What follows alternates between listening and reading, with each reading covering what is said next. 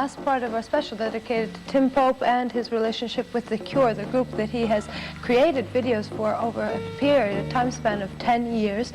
We have this evening the few and the latest videos, but we want to first listen to Tim Pope, who has recently been awarded by the British phonogram industry the award of Best Video of the Year for his Lullaby video, always for The Cure. Let's see how he accepted this award.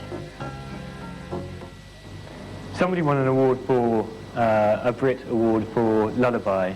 What was your reaction to that? No reaction. I don't think, it's like, I thought Robert made a really cryptic comment. He said at the beginning, he said, oh, well, we're not used to getting awards. And the thing is, like, The Cure have been so underestimated, certainly in terms of England, maybe not Europe, for years and years and years. So all I could say is I don't think it'll change anyone's life. I mean, it's nice to get something like that, sure, but, you know, so what?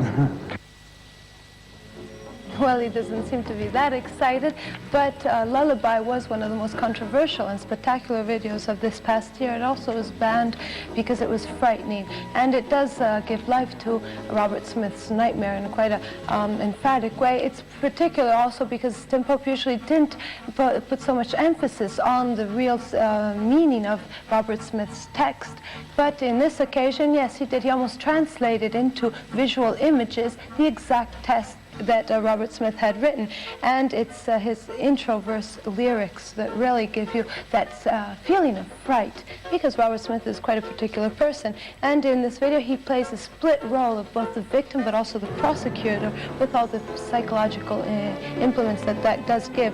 It is, however, a small masterpiece and is worthy of any of the best visions of horror movies. Let's see it.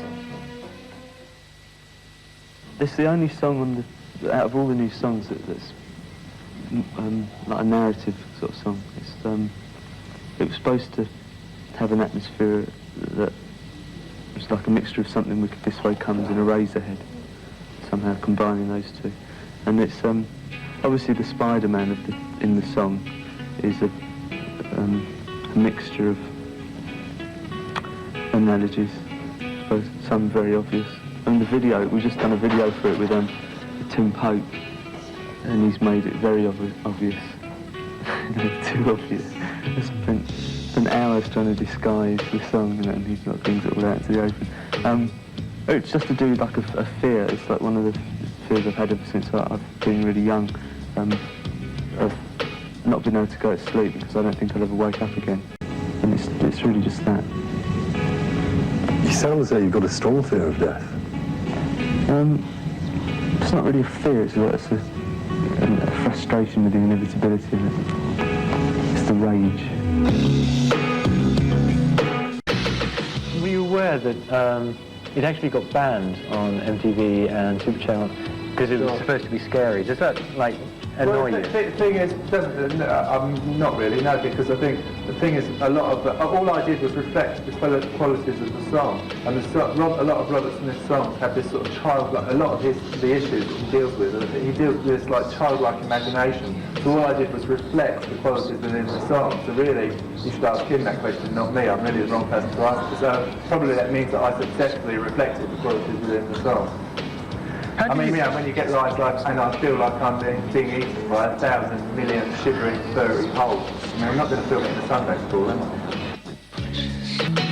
You have this habit of putting him in very unpleasant situations in every video that you do. Yeah. Is he a masochist or are you a sadist? I think probably a bit of each, actually, because, well, it's just part of the bad-mouthing thing. He's sort of bad-mouthed me for years, so I just have to retaliate. I have to pay him back and make him as uncomfortable as I possibly can. It was great, actually. When we did the Lullaby video, he said to me, it was really hilarious, because he phoned me up and he said, he said, at last I've won. I've got a video where I will not be uncomfortable. And then it was great, because when he was laying on his bed, to actually put all that spiderweb over his face, we actually did it with glue. So that's because it was like this candy floss machine. It sort of whipped this glue up, and he was laying under layers of glue, so I actually had the last laugh. So it's just this sort of little game that we have, really. It's good, it does good for these people. I mean, they go off in their bloody limos, don't know they're on flags and all this. It does them good to suffer a bit, that's what I say.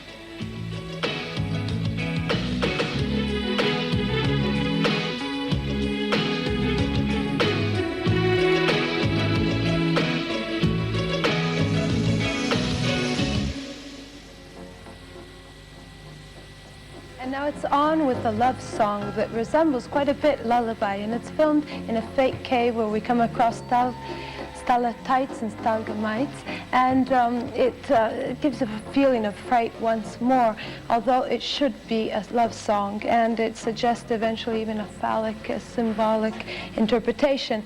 And this clip confirms once again the trend that both Tim Pope, but also Robert Smith, have to neglect irony and create anguished, dreamlike situations.